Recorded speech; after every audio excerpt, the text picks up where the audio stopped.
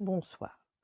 Ce soir, c'est Mamé qui raconte l'histoire d'un épouvantable fantôme. Le dernier touriste qui vint au château écossais de Macadam en tremble encore.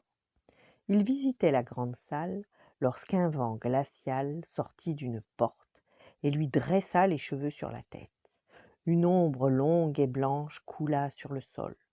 On l'entendait respirer bruyamment, et il se dégageait d'elle une insupportable odeur de pourri.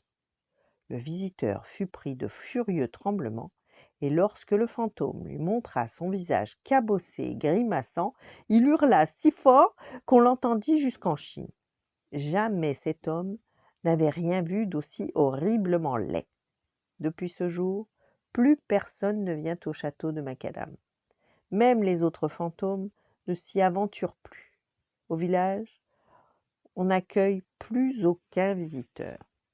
Un jour pourtant, un garçon se présente au village. «Mon maître vous demande de le conduire au château de Macadam», dit-il. «Mais il est fou!» lui répond-on. «N'a-t-il jamais entendu parler du fantôme des lieux ?» «Mais si», dit l'enfant. «Maître Sullivan pense d'ailleurs pouvoir le faire partir. Les habitants sont très intéressés, mais aucun n'est assez courageux pour oser approcher du château. Nous t'indiquerons le chemin, propose quelqu'un, et tu conduiras ton maître toi-même. Un instant plus tard, le garçon est de retour près de son vieux maître. Personne ne veut nous accompagner au château, mais ils m'ont expliqué comment y aller. C'est parfait, allons-y. L'enfant saisit le bras du vieillard et s'engage sur la route qui mène au château. Mais à mesure qu'il s'approche, il se sent de moins en moins rassuré. Mais tu trembles, lui demande maître Sullivan. C'est que, balbutie le garçon, ce qu'on raconte sur le fantôme de Macadam est terrible. Le château est encore loin. Après ce tournant, on devrait l'apercevoir. Dès qu'ils sont devant la porte, le vieil homme ordonne à l'enfant: retourne au village et viens me rechercher dans 3 heures. L'enfant ne se fait pas prier, il prend les jambes à son cou et détale à toute vitesse. Pendant ce temps, le vieux Sullivan sort tranquillement sa cornemuse, souffle dans son instrument et commence à jouer une musique entraînante. L'effet ne se fait pas attendre. Un vent glacial s'enroule tout à coup autour du vieil homme, puis une odeur épouvantable envahit l'atmosphère. Mais maître Sullivan continue vaillamment de jouer. L'ombre du fantôme de Macadam s'approche et gronde tout à coup. « Qui ose me déranger ?» C'est moi, répond calmement maître Sullivan. Et je ne te fais pas peur, s'étonne le fantôme, le visage déformé par la colère. Non, affirme le vieil homme. Je suis pourtant terriblement laid.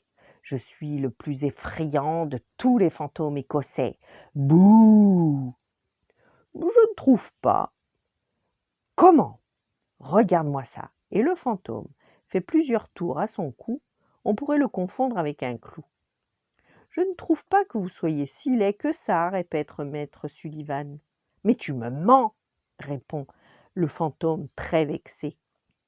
Si vous étiez si monstrueux, je serais déjà parti en courant, reprend le vieil homme. Regardez vous-même, ajoute-t-il en sortant un grand miroir de son sac. Le fantôme se saisit aussitôt du miroir et s'y regarde. Mais ce qu'il découvre est si laid qu'il pousse un hurlement et s'enfuit en courant loin, si loin qu'on ne le reverra plus jamais. Après son exploit, maître Sullivan reprend sa cornemuse et recommence à jouer doucement. Il attend l'enfant qui doit venir le chercher. Sans lui, il ne saurait aller nulle part, en effet, car le vieux maître est aveugle.